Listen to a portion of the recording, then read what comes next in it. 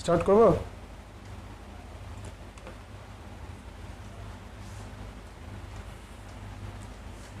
তাহলে আমরা অপারেটিং সিস্টেমের যে ফাংশনগুলো ছিল যেটা আলোচনা করেছিলাম, তার যে ইম্পর্টেন্ট ফাংশন, তার আমরা লাস্ট ডেতে যে আলোচনা করেছি তাতে আমরা দেখেছি যে অপারেটিং সিস্টেমের দুটো ইম্পর্টেন্ট ফাংশন, একটা হলো হার্ডওয়্যার অ্যাবস্ট্রাকশন আর দ্বিতীয়টা হলো রিসোর্স ম্যানেজমেন্ট। এবং রিসোর্সের মধ্যে কি কি আছে? রিসোর্স হলো গিয়ে CPU, primary memory, secondary memory and IO, input output device.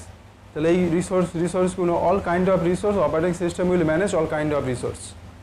Now this resource belongs to a single system, একটা পার্টিকুলার সিস্টেমে রিসোর্সগুলো বিলং করছে। But if we talk about the distributed system, suppose a distributed system is constructed by so many machines, এবং এই প্রতিটা machine কিন্তু আলাদা, individual, এবং প্রতিটা মেশিনের মধ্যেই কিন্তু রিসোর্স রয়েছে। তাহলে আজকের দিনে মডার্ন অপারেটিং সিস্টেমের ক্ষেত্রে শুধু একটা মেশিনের রিসোর্স ম্যানেজমেন্টই কিন্তু কাজ নয়। যদি ডিস্ট্রিবিউটেড সিস্টেম হয় তাহলে সেইখানে এমন একটা অপারেটিং সিস্টেম রান করাতে হবে, সেই ধরনের অপারেটিং সিস্টেমকে বলা হয় ডিস্ট্রিবিউটেড অপারেটিং সিস্টেম। তাহলে ডিস্ট্রিবিউটেড অপারেটিং সিস্টেমের কিন্তু এই সব কটা আলাদা আলাদা মেশিনের যে আলাদা আলাদা রিসোর্স রয়েছে, সেই রিসোর্সগুলোকেও সব রিসোর্সগুলোকে ম্যানেজ করাও তার একটা কাজ। সো তাহলে আজকের মডার্ন কম্পিউটার অপারেটিং সিস্টেমের ক্ষেত্রে এই ডিস্ট্রিবিউটেড মানে সিস্টেমকেও কনসিডার করার প্রয়োজন হয়ে পড়ে। এবার দেখো আজকে আরেকটা যেটা ইম্পর্টেন্ট কনসেপ্ট আজকে যেটা আমরা শিখবো সেটা হলো গিয়ে প্রসেস। অপারেটিং সিস্টেম সাবজেক্টে আমরা প্রসেস কথাটাই ইউজ করি। আমরা প্রসেস ম্যানেজমেন্ট, শিডিউলিং, এই ক্ষেত্রে সমস্ত ক্ষেত্রে আমরা প্রসেস কথাটা ইউজ করি। প্রোগ্রাম কিন্তু আবার বলি যে প্রসেস, প্রোগ্রাম, ইউজার, হ্যাঁ, বা হলো গিয়ে অ্যাপ্লিকেশন। যখন বলি যে মাল্টিপ্রোগ্রামিং মানে যখন একটা প্রসেসরের মধ্যে যখন মাল্টিপল প্রোগ্রাম অ্যাপ্লিকেশন রান করে, মাল্টিপল অ্যাপ্লিকেশন, এই অ্যাপ্লিকেশানগুলোকেই আমরা বলতে পারি প্রোগ্রাম, বা এই অ্যাপ্লিকেশানগুলোকে বলা হয় যে প্রসেস। এবার তাহলে সবার আগে আমাদের এইটা খুব বোঝা দরকার যে প্রোগ্রাম আর প্রসেসের মধ্যে ডিফারেন্স কি।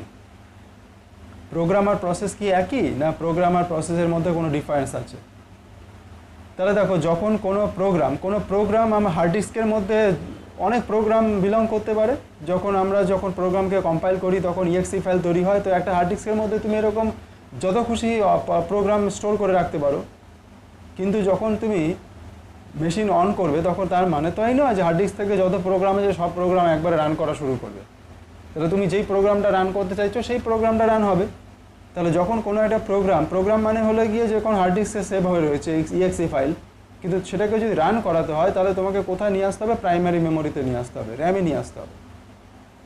তাহলে যখন কোনো একটা প্রোগ্রাম রানিং স্টেটে থাকে, মানে যখন প্রোগ্রামটা রান হচ্ছে, এক্সিকিউটেড স্টেটে থাকে, তখন প্রোগ্রামটা কোথায় থাকে? প্রাইমারি মেমোরিতে থাকে। এই যে প্রাইমারি মেমোরিতে যে থাকে, এই প্রাইমারি মেমোরিতে যখন কোনো একটা প্রোগ্রাম অ্যাক্টিভ অবস্থায় প্রাইমারি মেমোরিতে থাকে তখন তাকেই বলা হয় প্রসেস। এই কারণে ডেফিনেশনে বলা হয় process is the program in execution, মানে যেই প্রোগ্রামটা এক্সিকিউশন স্টেটে রয়েছে তাকেই প্রসেস বলে। ঠিক আছে?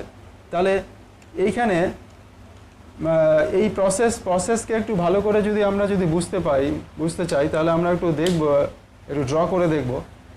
তোমরা এইখানে বোর্ডের লেখাটা সোজা দেখতে পাচ্ছ তো? আচ্ছা, সাউন্ড শুনতে পাচ্ছ? আর ইমেজ এখন ডিস্টার্ব হচ্ছে না তো?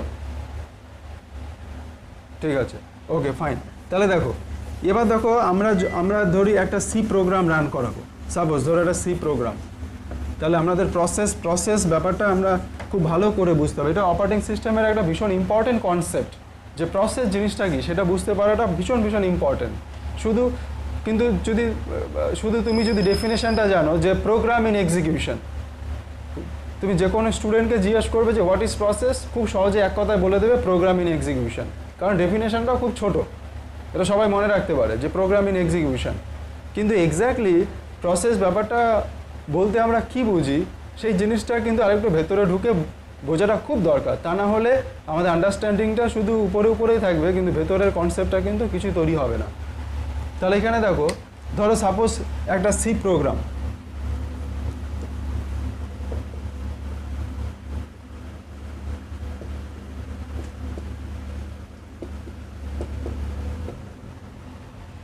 একটা সি প্রোগ্রাম রয়েছে,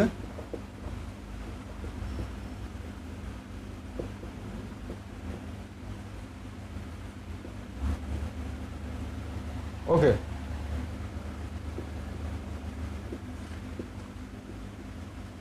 এখানে ধরো তোমার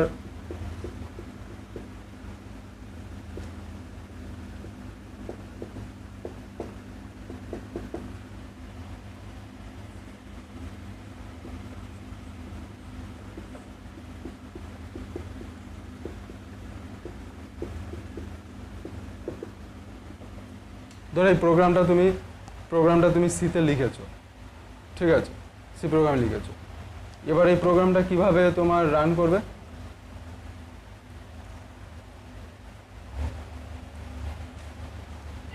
এবার দেখো, এই প্রোগ্রামটাকে তোমাকে কি করতে হবে? তোমাকে যদি লিনাক্স এনভায়রনমেন্টে যদি তুমি রান করো প্রোগ্রামটা, লিনাক্স এনভায়রনমেন্টে, তাহলে তোমাকে কি করতে হবে? তোমাকে এখানে জিসিসি কম্পাইলার ইউজ করতে হবে। জিসিসি কম্পাইলারে এই প্রোগ্রামটার নাম ধরো hello.c দিয়ে আমরা প্রোগ্রাম এক্সটেনশন লিখি। তাহলে এই যে জিসিসি হলো গিয়ে কম্পাইলার, তার মানে তুমি কম্পাইল করছো। কম্পাইল করার পরে কি তৈরি হবে? ইএক্সি ফাইল তৈরি হবে, এক্সিকিউটেবল ফাইল তৈরি হবে। কম্পাইল করার পরে কি হবে? এক্সিকিউটেবল ফাইল তৈরি হবে।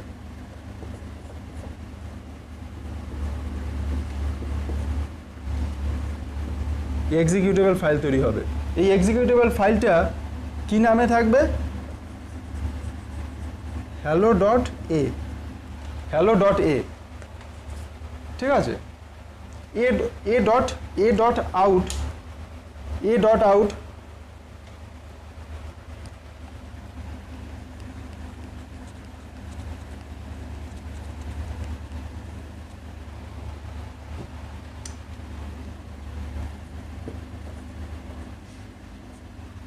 দেখো, এই যে তোমার a.out, এই যে এক্সিকিউটেবল ফাইলটা যে তৈরি হলো, এই ফাইলটা কোথায় স্টোর হবে? হার্ড ডিস্কে।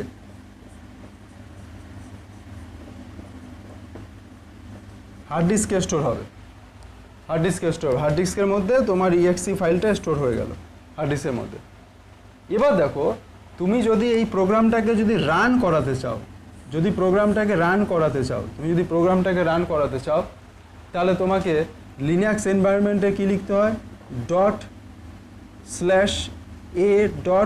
./a.out, ঠিক আছে। তুমি ./a.out করলে কি হবে? এই প্রোগ্রামটা তখন রানিং স্টেটে আসবে। রানিং স্টেটে মানে এটা প্রসেস তৈরি করবে, তখন এই প্রোগ্রামটা প্রসেস তৈরি হবে। এই প্রসেস কোথায় থাকবে? র্যামের মধ্যে থাকবে। এই প্রসেস কোথায় বিলং করবে? র্যামের মধ্যে বিলং করবে।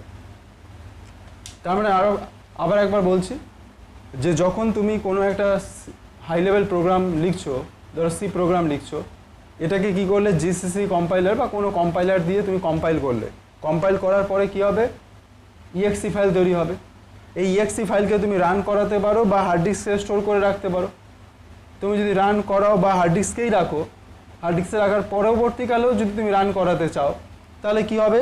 তোমার যদি আমি লিনাক্স এনভায়রনমেন্টটা যদি বলি, তাহলে ./a.out এই কমান্ড লিখে তোমাকে রান করতে হবে। তাহলে যখন এই প্রোগ্রামটা রান করছে, রানিং স্টেটে যাচ্ছে, মানেটা কি? মানে হলো হার্ড ডিস্ক থেকে প্রোগ্রামটা কোথায় চলে যাচ্ছে? র্যামে চলে যাচ্ছে, র্যামের মধ্যে গিয়ে স্টোর হবে, তার মানে এই প্রোগ্রামটা এখন রানিং স্টেটে আছে। যখন এই প্রসেস, তখন এটাকে বলবো প্রসেস। অ্যাকচুয়ালি প্রসেসটা কি? প্রসেসটা হলো এই প্রোগ্রামটার যে ইএক্সি তৈরি হয়েছে, সেই ইএক্সি ফাইলটা, কিন্তু এটা কি হচ্ছে? রানিং স্টেটে রয়েছে, তার জন্য এটাকে বলবো প্রসেস। কিন্তু তুমি দেখো হার্ড ডিস্কের মধ্যে আরও অন্য আদার্স প্রোগ্রামের ইএক্সি ফাইল সেভ হয়ে থাকতে পারে। ধরো এই হার্ড ডিস্কের মধ্যে আরও 100টা প্রোগ্রাম সেভ হয়ে আছে ইএক্সি ফাইল। তারা যতক্ষণ না পর্যন্ত রানিং স্টেটে না আসবে ততক্ষণ পর্যন্ত তাদেরকে আমরা প্রসেস বলতে পারবো না। তাহলে এটাকে বলা হয় প্রসেস। সেই জন্য ডেফিনেশন হলো process in execution. Process in execution. এবার দেখো, এবার আমাদের বোঝা উচিত যে প্রসেস, এই প্রসেসের মধ্যে কি কি জিনিস থাকে। যখন প্রসেস তৈরি হয় তাহলে এবার কোশ্চেন হলো যে র্যামের মধ্যে কি অ্যাট এ টাইমে একটাই প্রসেস থাকতে পারে না মাল্টিপল প্রসেস থাকতে পারে? মাল্টিপল প্রসেস থাকতে পারে, মানে একটা র্যামের মধ্যে মাল্টিপল প্রোগ্রাম ইন এক্সিকিউশন স্টেটে থাকতে পারে, তারপরে মাল্টিপল প্রসেস থাকতে পারে। কিন্তু এই যে প্রতিটা যে প্রসেস, তাহলে এইখানে হলো গিয়ে যে তোমার যখন প্রোগ্রাম রান করছে তখন সেই প্রোগ্রামটাকে বলা হয় প্রসেস, মানে program in execution is process. এবার কথা হলো গিয়ে লাস্ট দিনে তোমাদের একটা জিনিস দেখবে বলেছিলাম, সেটা হলো গিয়ে যে তোমার আমরা যখন অপারেটিং সিস্টেম আমাদের কি কাজ করছে, অপারেটিং সিস্টেম আমাদের হার্ডওয়্যারকে অ্যাবস্ট্রাক্ট করছে। মানে আমরা যখন প্রোগ্রাম লিখি হাই লেভেল প্রোগ্রামিং ল্যাঙ্গুয়েজে, তখন আমাদের যে হার্ডওয়্যারের যে ডেসক্রিপশন আছে, হার্ডওয়্যারের যে স্পেসিফিকেশান, হার্ডওয়্যার সম্পর্কে আমাদের ততটা কিন্তু জানার দরকার হয় না। মানে হার্ডওয়্যার সম্পর্কে আমাদের কনসার্ন রাখার দরকার হয় না। আগের দিন এটা বলেছি যে হার্ডওয়্যার সম্পর্কে আমাদের জানার দরকার হয় না। তাহলে হার্ডওয়্যারের সাথে প্রোগ্রামের যে ইন্টারফেস তৈরি করছে, সেই ইন্টারফেস কে তৈরি করছে? Operating system. তার মানে অপারেটিং সিস্টেম হলো গিয়ে ইউজার আর প্রোগ্রামের মাঝে ইন্টারফেস হিসাবে কাজ করছে। তাহলে এবার হলো গিয়ে যে যখন তোমার প্রোগ্রাম রান করবে তখন হার্ডওয়্যার ছাড়া তো প্রোগ্রাম রান হবে না, হার্ডওয়্যার তো দরকারই হবে। কিন্তু আমরা হাই লেভেল যখন প্রোগ্রাম লিখি তখন হার্ডওয়্যারের কোনো কিছুই নিয়েই মাথা ঘামাই না। তাহলে এই কাজটা কে করছে? এই কাজটা করবে হলো প্রোগ্রাম, এই অপারেটিং সিস্টেম। কিন্তু অপারেটিং সিস্টেমের সাথে এটাকে বলা ইউজার প্রোগ্রাম। তার মানে ইউজার প্রোগ্রাম যখন র্যামের মধ্যে যখন প্রসেস হিসেবে থাকছে তখন তাকে ইউজার প্রসেসও বলা হয়, ইউজার স্পেস বলা হয়। তাহলে এই প্রসেস অপারেটিং সিস্টেমের সাথে কিভাবে ইন্টারঅ্যাক্ট করবে? How process will communicate with operating system. Communication কিভাবে হবে? অপারেটিং সিস্টেমের সাথে প্রসেস কিভাবে কমিউনিকেশন করবে? এই কমিউনিকেশন করা হয় সিস্টেম কল। তার জন্য সিস্টেম কল বলে একটা কনসেপ্ট আছে। তো এখন আমরা দেখব যে সিস্টেম কল বলতে কি বুঝি। তাহলে অপারেটিং সিস্টেমের স্টাডি শুরু করার আগে আমাদের এই দুটো ইম্পর্টেন্ট কনসেপ্ট জানাটা খুবই দরকার। একটা হলো প্রসেস সম্পর্কে, প্রসেস কাকে বলে সেটাকে ডিটেলসে জানা দরকার। আর একটা হলো গিয়ে সিস্টেম কল কাকে বলে, সিস্টেম কল। তাহলে সিস্টেম কল ব্যাপারটা আমরা ডিটেলসে ডিসকাস করবো যে সিস্টেম কল বলতে আমরা কি বুঝি এবং সিস্টেম কল অ্যাকচুয়ালি কী কাজ করে। তার আগে আমরা দেখব যে প্রসেস যখন মেমোরিতে যাচ্ছে তখন প্রসেসের মেমোরি ম্যাপিংটা কিভাবে হচ্ছে, মানে কি কি কম্পোনেন্ট থাকছে প্রসেসের মধ্যে। অ্যাকচুয়ালি প্রসেস যেই কম্পোনেন্টগুলো নিয়ে তৈরি হয় তার মধ্যে থাকে হলো গিয়ে টেক্সট থাকে, তার মধ্যে তোমার ডেটা পার্ট থাকে, তার মধ্যে হিপ থাকে, তার মধ্যে স্ট্যাক থাকে। তার মানে যখন একটা প্রসেস যখন প্রোগ্রামে রান হয় তখন তার মেমোরি অ্যালোকেশনটা এই বিভিন্ন কম্পোনেন্ট নিয়ে তৈরি হয়। তাহলে আমরা একটু ডায়াগ্রাম এঁকে একটা জিনিসটা একটু বোঝার চেষ্টা করি।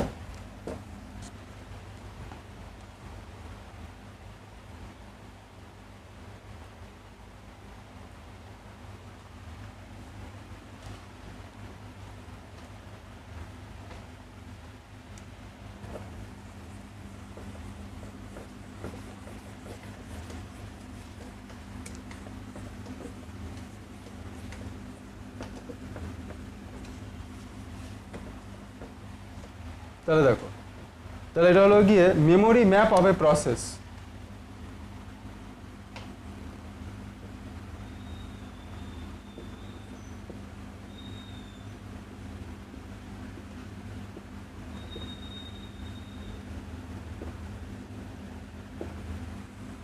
Memory map of a process. তাহলে দেখো একটা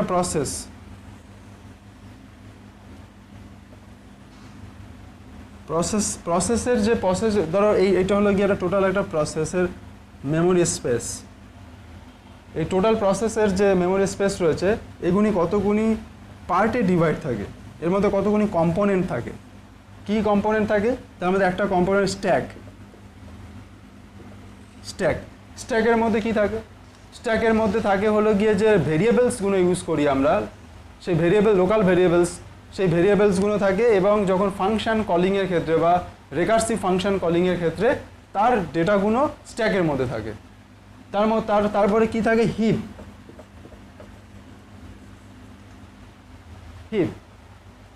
হিপের মধ্যে কি থাকে, যখন ডাইনামিক মেমোরি অ্যালোকেশন হয় তার ইনফরমেশনগুলো হিপের মধ্যে থাকে। আর কি থাকে, ডেটা পার্ট মানে গ্লোবাল ভেরিয়েবল বা স্ট্যাটিক ভেরিয়েবল যেগুলো ডিক্লেয়ার করি সেগুলি ডেটা পার্টের মধ্যে থাকে। আর হলো গিয়ে থাকে তোমার টেক্সট মানে বাকি ইনস্ট্রাকশানগুলো, যত রকম ইনস্ট্রাকশান আছে সেগুলো টেক্সটের মধ্যে থাকে। তাহলে এটা হলো গিয়ে একটা প্রসেস। মেমোরিতে যখন হার্ড ডিস্ক থেকে যখন প্রোগ্রাম মেমোরিতে আসলো, প্রাইমারি মেমোরিতে, তখন যে মেমোরির যে জায়গাটা অকুপাই করবে, প্রসেসের টোটাল প্রসেসটা যে মেমোরি মানে প্রোগ্রামই তো অ্যাকচুয়ালি প্রসেস মানে তো প্রোগ্রামই, যেটা মেমোরির মধ্যে অ্যাক্টিভ স্টেটে রয়েছে, মানে যেটা এখন রান করছে বা করছে, ঠিক আছে, অ্যাক্টিভ স্টেটে রয়েছে, সেটাকেই বলা হয় প্রসেস। তাহলে তো এটা তো প্রোগ্রাম, এগুলি তো অনেকগুলি স্টেটমেন্ট আছে। তাহলে মেমোরিতে এইগুলি ধরো এই জিরো মেমোরি অ্যালোকেশন থেকে, তোমার লোকেশন থেকে ধরো এই ডেটাগুলো স্টোর করলো প্রসেসের মধ্যে, এর একটা ম্যাক্সিমাম একটা সাইজ আছে, ম্যাক্সিমাম সাইজ। প্রতিটা অপারেটিং সিস্টেমের যে প্রসেসের যে টোটাল যে ডেটাগুলো থাকবে তার কতটা মেমোরি লোকেশনের মধ্যে থাকবে সেই ভ্যালুটা ফিক্স থাকে, একে ম্যাক্সিমাম সাইজ বলে। Got it? তাহলে দেখো, তাহলে এই যে ম্যাক্সিমাম সাইজ, তাহলে ধরো টোটাল র্যাম ধরো এইটা তুমি ধরে নাও টোটাল র্যামের মধ্যে, এটা হলো প্রসেস 1, একটা প্রসেস। তো র্যামের মধ্যে একটা ফার্স্ট প্রসেস রয়েছে, এই র্যামের মধ্যে একটা সেকেন্ড প্রসেসও আসতে পারে, একই সাথে মাল্টিপল প্রসেস র্যামের মধ্যে তোমার বিলং করতে পারে। তাহলে ধরো সাপোজ এইখানে এইটা হলো গিয়ে তোমার প্রসেস 2, এটা হলো প্রসেস 2, ধরো প্রসেস 2, এই প্রসেস 2টাও কিন্তু এই হ্যাঁ বলো,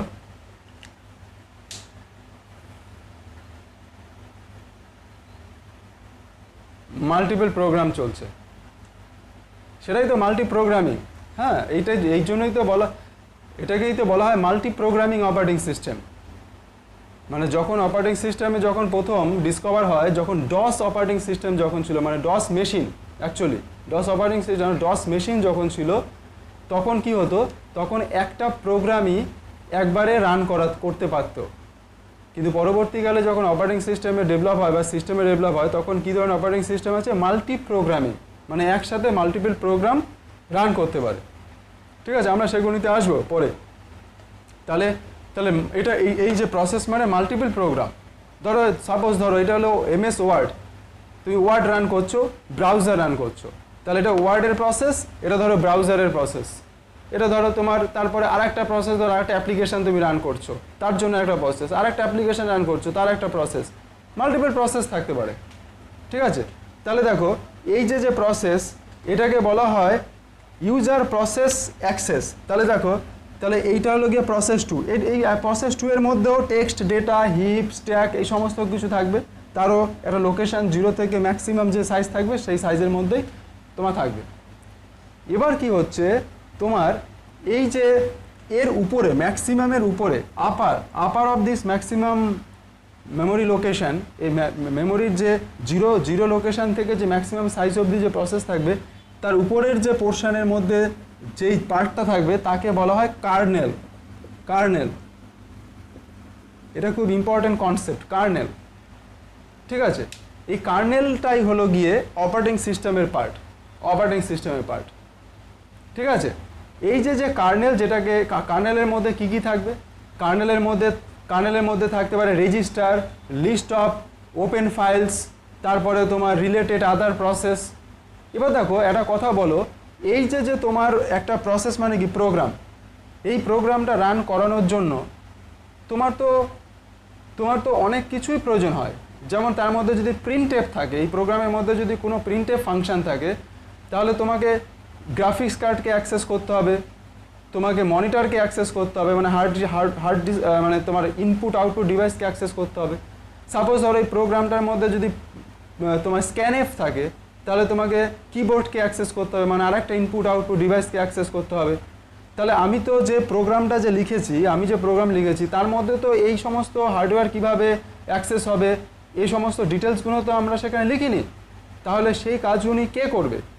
তাহলে এই প্রোগ্রামটাকে রান করানোর জন্য সেই হার্ডওয়্যারগুলোকে অ্যাক্সেস করার জন্য কিছু প্রোগ্রাম রান করতে হবে।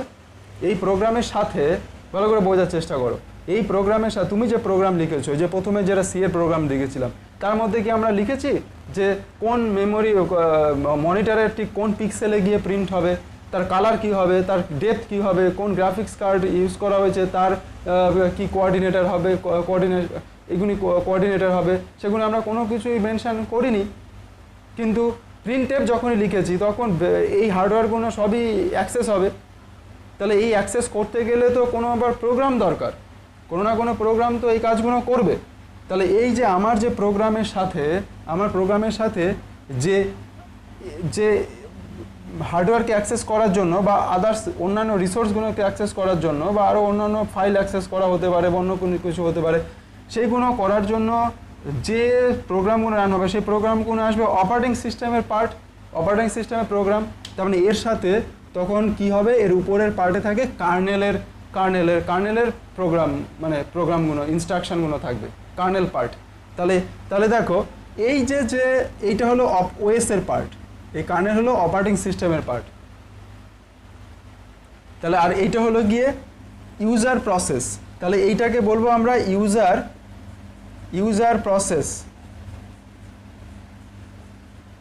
Process access. তাহলে এইটুকু পার্টের কার অ্যাক্সেস রয়েছে, ইউজার প্রসেসের অ্যাক্সেস রয়েছে।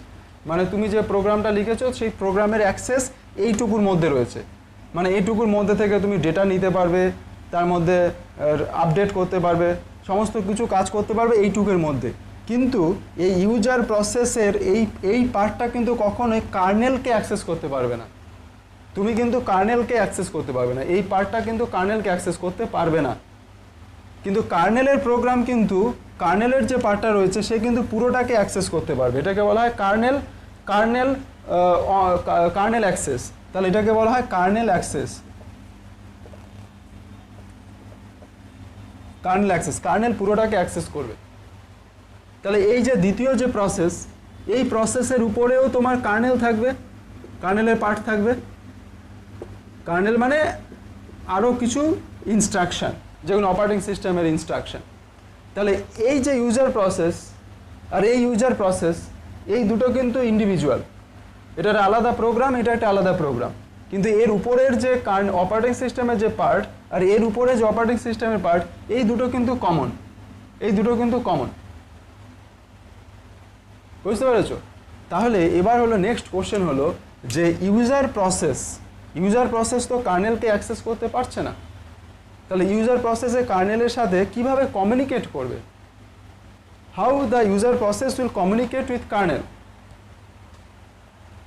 এই কমিউনিকেশন যে তোমার ফাংশনের মাধ্যমে হবে, সেই ধরনের ফাংশনকে বলা হয় সিস্টেম কল। তাহলে এইটা হলো গিয়ে একটা ভীষণ ইম্পর্টেন্ট একটা কনসেপ্ট অপারেটিং সিস্টেমের, সেটা হলো গিয়ে সিস্টেম কল।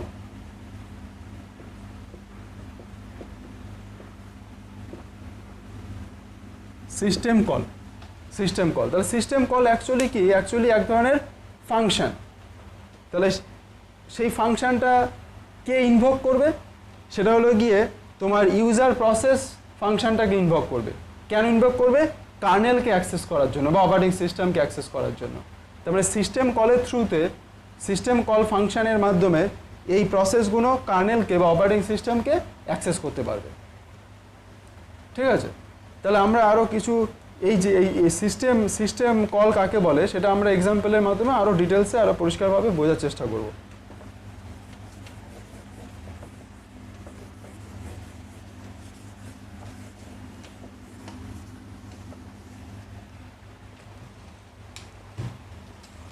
এবার দেখো তোমার এই যে, তাহলে এটা হলো গিয়ে ধরো সাপোজ ইউজার প্রসেস।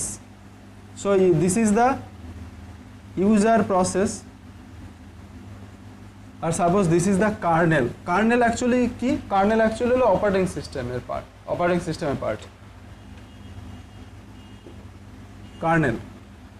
তাহলে এই যে ইউজার প্রসেস কার্নেলকে অ্যাক্সেস করবে কার মাধ্যমে? System call, system call, system কলের মাধ্যমে।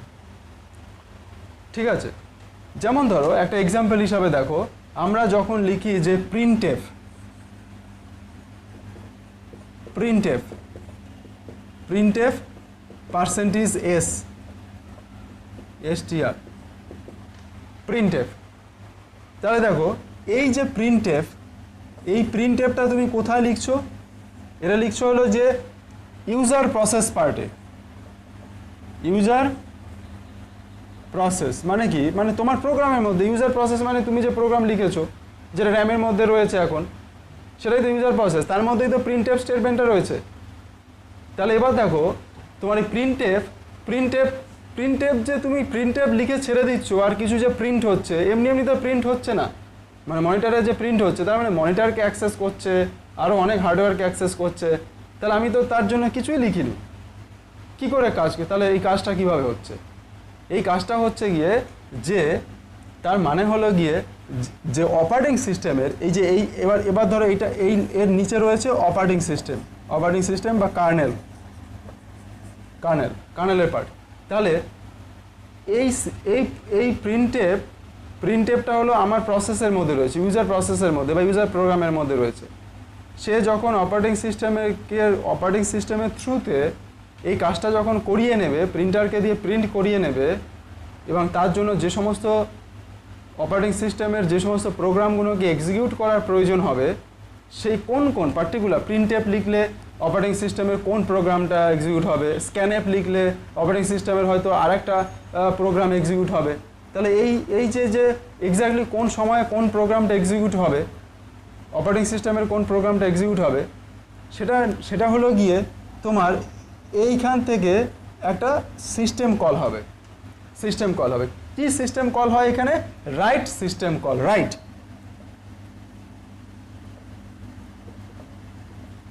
বলে একটা সিস্টেম কল আছে, রাইট। তাহলে রাইটটা হলো একটা ফাংশন, সিস্টেম কল।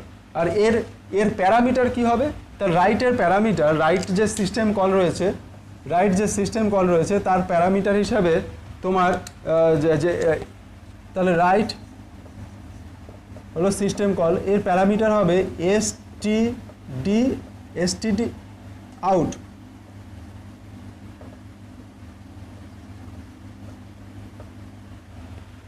ওকে, std out এটা হলো গিয়ে একটা স্পেশাল প্যারামিটার, আর সিস্টেম কলটা হলো right is the system call, std out হলো একটা প্যারামিটার, মানে স্ট্যান্ডার্ড ইনপুট আউটপুট বোঝাচ্ছে প্যারামিটার।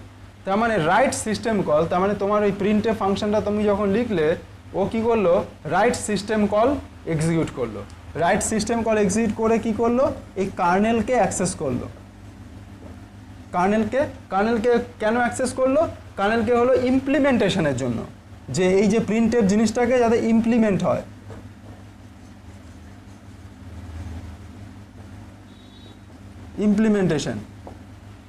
ইমপ্লিমেন্টেশনের জন্য। তাহলে কার্নেলের মধ্যে কার্নেলকে অ্যাক্সেস করে যা যা দরকার, যে সমস্ত হার্ডওয়্যার রিসোর্স যেগুলি দরকার সেগুলিকে ইমপ্লিমেন্ট করে দিল।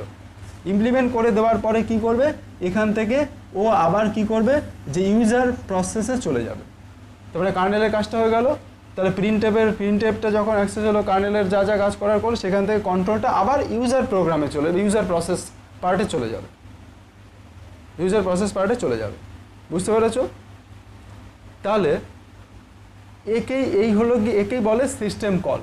তাহলে সিস্টেম কল কি? সিস্টেম কল এক ধরনের ফাংশন, যেই ফাংশন হলো ইউজার প্রসেস এক্সিকিউট করে কিসের জন্য?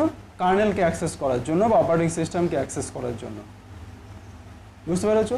তাহলে এই যে সিস্টেম কলের এই কনসেপ্টটা খুবই ইম্পর্ট্যান্ট একটা কনসেপ্ট অপারেটিং সিস্টেমের ক্ষেত্রে। এবার দেখো, এবার আমরা দেখব যে অপারেটিং সিস্টেমের বিভিন্ন রকমের স্ট্রাকচার, কত রকমভাবে স্ট্রাকচার, মানে অপারেটিং সিস্টেমের যে সফটওয়্যারটাকে যদি আমি স্ট্রাকচার হিসাবে যদি আমি বিভিন্ন রকমভাবে যদি ডিভাইড করি, তাহলে অপারেটিং সিস্টেমের কত রকমের স্ট্রাকচার হিসাবে আমরা তার ভেতরের কম্পোনেন্টগুলোকে কীভাবে আমি স্ট্রাকচার হিসাবে দেখতে পারি। তাহলে দেখো, অপারেটিং সিস্টেমের টোটাল অপারেটিং সিস্টেমটাকে যদি তুমি তাকে যদি অ্যানালাইসিস করো যে কতগুলি তার মধ্যে পার্ট রয়েছে, ঠিক আছে, স্ট্রাকচার অফ অপারেটিং সিস্টেম, বুঝতে পারছো? সবাই বুঝতে পেরেছো? কোনো কোশ্চেন আছে? বলো, কোনো যদি কোয়ারি থাকে বলো।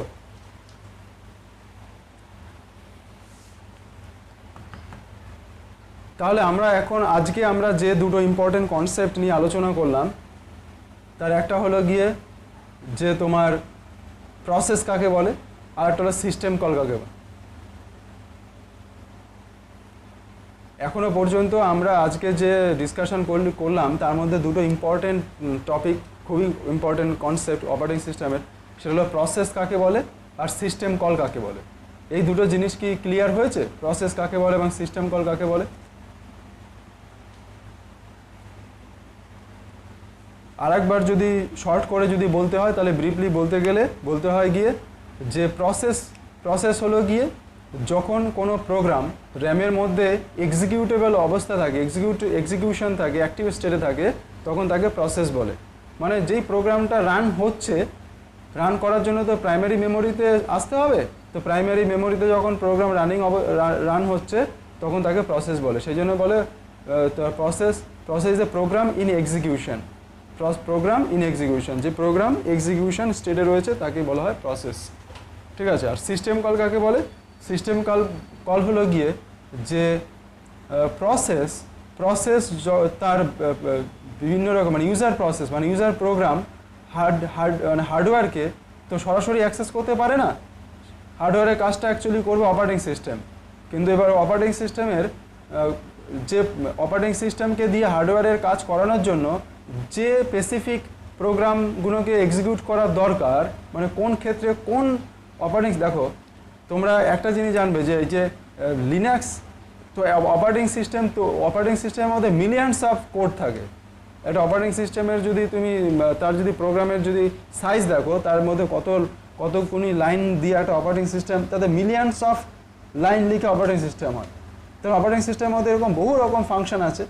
তাহলে কোন ফাংশনটাকে তুমি এক্সিকিউট করাতে চাইছো বা কোন ধরনের তোমার অ্যাক্টিভিটি করাতে চাইছো, তাহলে সেটাকে কি করতে হবে, তোমার প্রোগ্রামকে তখন সিস্টেম কল করতে হবে, সিস্টেম কল জেনারেট করতে হবে। সিস্টেম কল মানে এক ধরনের প্রোগ্রামকে তুমি কল করছো, যে প্রোগ্রামটা একমাত্র অপারেটিং সিস্টেমই এক্সিকিউট করতে পারবে, অপারেটিং সিস্টেম বুঝতে পারবে বা কার্নেল বুঝতে পারবে, একে বলা হয় সিস্টেম কল। তার বহু রকমের সিস্টেম কল আছে। ইউজার প্রোগ্রাম বিভিন্ন ক্ষেত্রে বিভিন্ন রকম সিস্টেম কল তোমার ইউজ করে। যেমন ধরো তুমি যদি কোনো ফাইল যদি হ্যান্ডেল করতে চাও, ফাইল ওপেন করতে চাও, তখন তোমার প্রোগ্রাম সেই ফাইলগুলোকে ওপেন করার জন্য, তাকে এডিট করার জন্য, তাকে মডিফাই করার জন্য সেই টাইপের সিস্টেম কল এক্সিকিউট করবে, বুঝতে পেরেছি। আবার সিস্টেম কলের কিছু লিমিটেশন আছে, যে সিস্টেম কল সব কিছুকে হাইড করে রাখবে, মানে কিছুটা অ্যাবস্ট্রাকশনও করে রাখবে।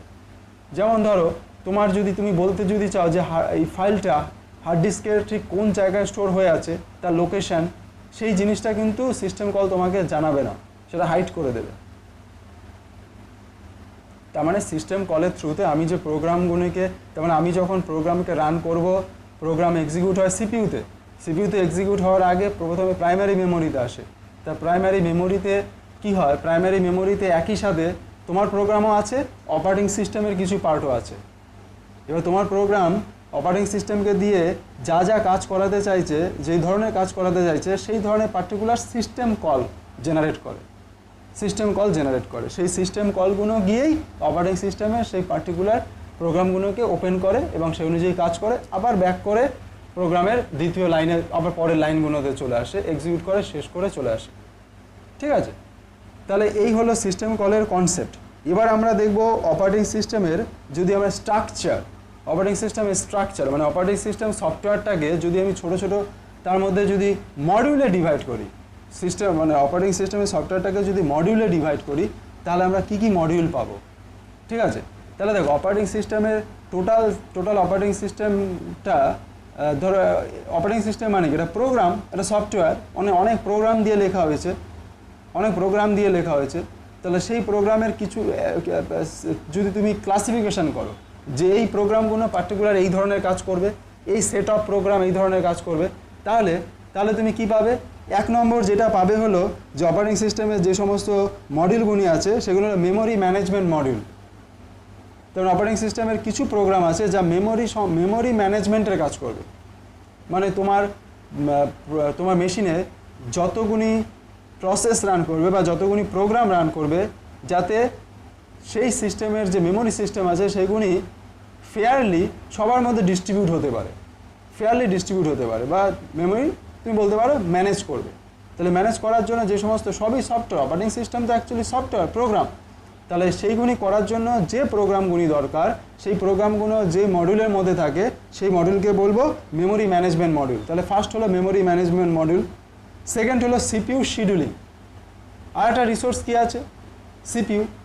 তাহলে সিপিইউ দেখো ভালো করে বোঝার চেষ্টা করো। তোমার যদি সিঙ্গেল কোর সিপিইউ থাকে, সাপোজ ধরো তোমার সিঙ্গেল কোর সিপিইউ, তাহলে সিঙ্গেল কোর সিপিইউ হলে সিপিইউ তো অ্যাট এ টাইমে একটাই ইনস্ট্রাকশান এক্সিকিউট করবে, যদি সিঙ্গেল কোর হয় একটা ইনস্ট্রাকশান এক্সিকিউট করবে, কিন্তু মাল্টিপল প্রোগ্রাম একসাথে রান করাতে পারবে, মাল্টিপল প্রোগ্রাম।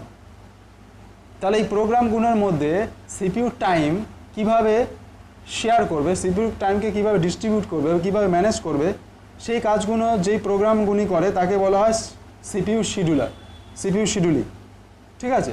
তাহলে নাম্বার ওয়ান হলো মেমোরি ম্যানেজমেন্ট ইউনিট বা তোমার মডিউল, সেকেন্ড হলো তোমার সিপিইউ শিডিউলিং মডিউল, তারপর হলো গিয়ে ফাইল সিস্টেম ম্যানেজমেন্ট, তারপর 4 নম্বর হলো গিয়ে নেটওয়ার্ক স্ট্যাক, আর 5 নম্বর হলো ইন্টার প্রসেস কমিউনিকেশন। তাহলে দেখো আমরা যদি ড্র করি তাহলে আমরা এইভাবে দেখতে পাবো যে ধরো এই হলো গিয়ে তোমার অপারেটিং সিস্টেমটা, টোটাল অপারেটিং সিস্টেম। এই অপারেটিং সিস্টেমটাকে আমি ছোটো ছোটো কতগুলি মডিউলে ডিভাইড করব। তাহলে একটা মডিউল হলো গিয়ে মেমোরি ম্যানেজমেন্ট,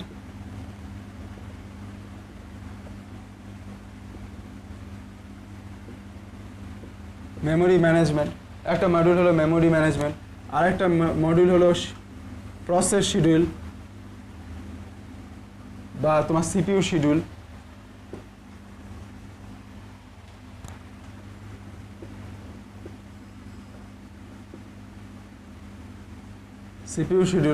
তারপর 3 নম্বর হলো গিয়ে ফাইল ম্যানেজমেন্ট,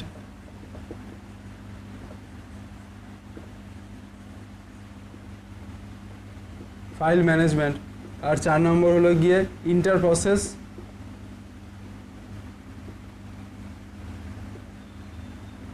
প্রসেস তোমার কমিউনিকেশন।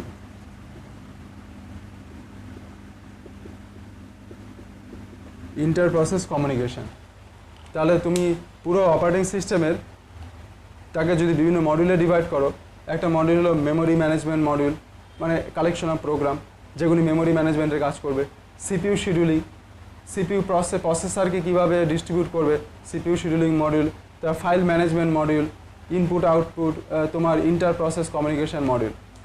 এর সাথে আর যে দুটো ইম্পর্টেন্ট মডিউল অ্যাড হবে সেটা হলো গিয়ে এর উপরে পার্টে থাকবে, সেটা হলো গিয়ে তোমার সিস্টেম কল ইন্টারফেস। এটাকে বলা হয় সিস্টেম কল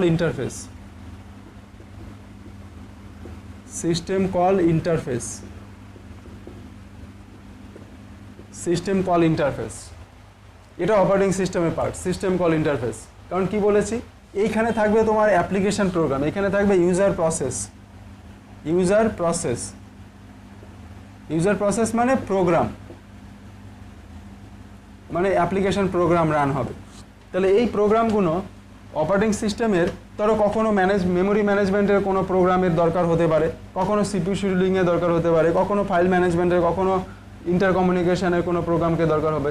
তাহলে এইগুলিকে এই পার্টটাকে প্রসেস সরাসরি ডিরেক্ট অ্যাক্সেস করতে পারবে না, মানে এর কোনো ফাংশনকে তুমি অ্যাক্সেস করতে পারবে না তোমার প্রোগ্রাম। আমরা সেই টাইপের তো কোনো কোড লিখি না তার মধ্যে, কিন্তু যখন যখন এক্সিকিউটেবল স্টেটে থাকে, প্রসেস হয়, তখন প্রসেস কি করতে পারে, সিস্টেম কলের থ্রুতে এইগুলোকে অ্যাক্সেস করতে পারে, তার মানে প্রসেস হলো সিস্টেম কল করবে, প্রসেস থেকে সিস্টেম কল হবে, আর এই সিস্টেম কল ইন্টারফেস বাকিগুলোকে অ্যাক্সেস করতে পারবে এবং একটা আরেকটাকে অ্যাক্সেস করতে পারবে বিভিন্ন রকম ফাংশন কলিংয়ের মাধ্যমে। আর এর নিচে যে পার্টটা থাকবে সেটাকে বলা হয় তোমার ডিভাইস ইন্টারফেস, তাকে বলা হয় কি ডিভাইস ড্রাইভার।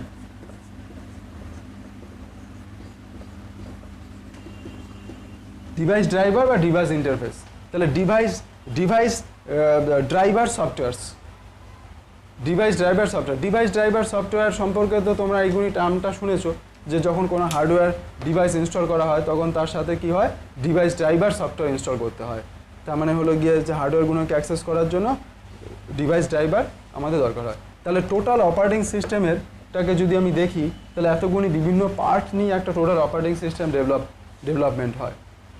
ঠিক আছে, এবার দেখো এই অপারেটিং সিস্টেমের স্ট্রাকচার দু রকমের হয়, একটা হলো মনোলিথিক, একটা হলো মনোলিথিক স্ট্রাকচার, মনোলিথিক। হ্যাঁ,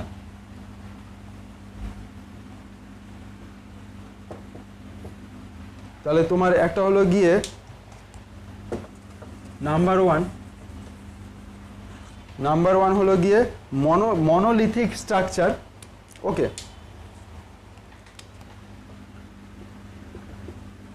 তাহলে ওএস স্ট্রাকচার,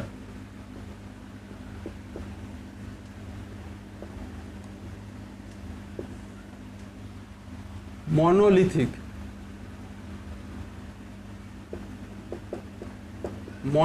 স্ট্রাকচার। ঠিক আছে, মনোলিথিক স্ট্রাকচার কাকে বলে? মনোলিথিক স্ট্রাকচার কাকে বলবো? মনোলিথিক স্ট্রাকচার হলো যে তোমার যেই ধরনের অপারেটিং সিস্টেমে এই যে পুরো এই পার্টটা যখন একসাথে থাকে, পুরো পার্টটা যখন একসাথে থাকবে মনোলিথিক। তার মানে হলো গিয়ে এই যে এইগুলি একটা মডিউল হিসাবে কাজ করবে, একটা সিঙ্গেল মডিউল হিসাবে থাকবে। ঠিক আছে, আর তার উপরে কি থাকবে? তার উপরে হলো ইউজার প্রসেস কাজ করবে, ইউজার স্পেস প্রসেস। ঠিক আছে, ইউজার প্রসেস। তাহলে এটা হলো এই ধরনের মনোলিথিক অপারেটিং সিস্টেমের যেগুলি এক্সাম্পল, সেগুলো হলো লিনাক্স, তারপর XB6, ডস, এগুলি হলো মনোলিথিক স্ট্রাকচার। তাহলে মনোলিথিকের প্রবলেমটা কি? মনোলিথিকের প্রবলেম হলো যে পুরো কার্নেলটা, তার মানে এই পুরোটাই মিলেই হলো গিয়ে কার্নেল, এই পুরোটাকে বলা হয় কার্নেল। বুঝতে পেরেছো? তাহলে এই যে কার্নেলের সাইজটা অনেক বড় থাকে। তাহলে মনোলিথিক যে তোমার অপারেটিং সিস্টেম, লিনাক্স, তারপরে তোমার ডস, তারপর তোমার XB6, তাহলে এইগুলি হলো সব মনোলিথিক অপারেটিং সিস্টেম। তাহলে মনোলিথিক অপারেটিং সিস্টেমের কার্নেলের সাইজ অনেক বড় থাকে, মানে সবগুলি একসাথে থাকে, একটা সিঙ্গেল মডিউল হিসেবে থাকে। ঠিক আছে, তাহলে এই যে বড় থাকার ফলে কি হচ্ছে, কিছু প্রবলেম আছে। সেই এইগুলি যেহেতু একসাথে ডেভেলপমেন্ট হয়, তার ফলে অনেক রকমের বাগ তৈরি হতে পারে। ঠিক আছে, অনেক রকম বাগ তৈরি হবে। মনোলিথিক, এটাকে বলে মনোলিথিক। আর এক ধরনের থাকে যেখানে কার্নেলের সাইজটা খুব ছোট থাকে, কার্নেলটা একটা সিঙ্গেল মডিউল হিসেবে থাকে না, এইখানে টোটাল কার্নেলটা একটা সিঙ্গেল মডিউল। তাহলে যেই ধরনের অপারেটিং সিস্টেমে কার্নেল এই সমস্ত কম্পোনেন্টগুলো মিলিয়ে একটা টোটাল কার্নেল তৈরি করে, মানে কার্নেলের সাইজটা অনেক বড় হয় এবং একসাথে থাকে, সেগুলো মডিউলার আকারে ডিভাইড থাকে না, তখন তাকে মনোলিথিক বলে। আরেক ধরনের অপারেটিং সিস্টেম আছে যেখানে মাইক্রো কার্নেল থাকে, যেগুলোর মধ্যে মাইক্রো কার্নেলের কনসেপ্ট থাকে। তাহলে মাইক্রো কার্নেলের স্ট্রাকচার কীরকম হবে?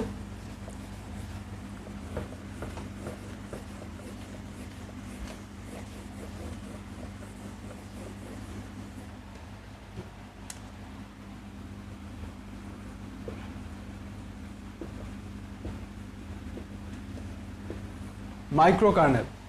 ঠিক আছে, তাহলে মাইক্রো কার্নেলের স্ট্রাকচার হলো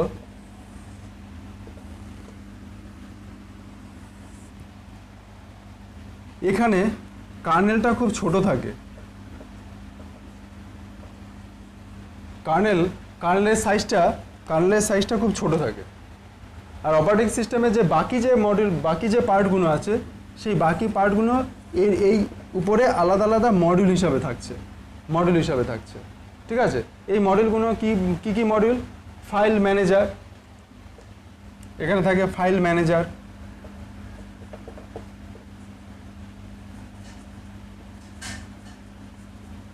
ফাইল ম্যানেজার, তারপরে থাকে প্রসেস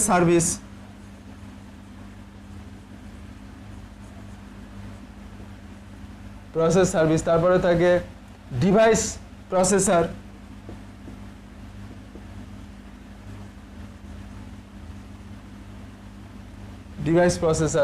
তারপরে থাকে পেজেস। এখানে কি হচ্ছে, কার্নেলটা খুব ছোট থাকে, আর অপারেটিং সিস্টেমের যে আলাদা যে মডিউলগুলো সেগুলি আলাদা আলাদা মডিউল, আলাদা আলাদা মেমোরি স্পেসে, এর জন্য সেপারেট মেমোরি স্পেস রয়েছে, ইন্ডিভিজুয়াল মেমোরি স্পেস রয়েছে। তাহলে এরা নিজেদের মধ্যে যখন কমিউনিকেট করে তখন ইন্টার প্রসেস কমিউনিকেশন সিস্টেমের মাধ্যমে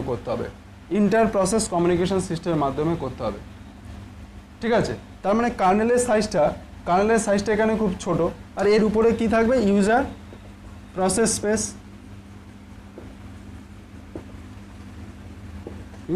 স্পেস, তাহলে কার্নেলের এখানে কাজটা কি আছে, কার্নেলের এখানে কাজটা হলো গিয়ে তোমার যে ইউজার প্রসেসের যে তোমার সিস্টেম কল যেগুলি হবে, হ্যাঁ, ইন্টার প্রসেস কমিউনিকেশন, তারপরে তোমার এরা যে নিজেদের মধ্যে কমিউনিকেট করবে সেই কাজটা কার্নেল করে দেবে, বা ধরো তোমার ইউজার প্রসেসের সে সিস্টেম কল দিয়ে যে কাজ হবে সেটা হবে। তাহলে এখানে কার্নেলের সাইজ অনেক ছোট থাকে, এই কার্নেলকে বলা হয় মাইক্রো কার্নেল, একে বলা হয় মাইক্রো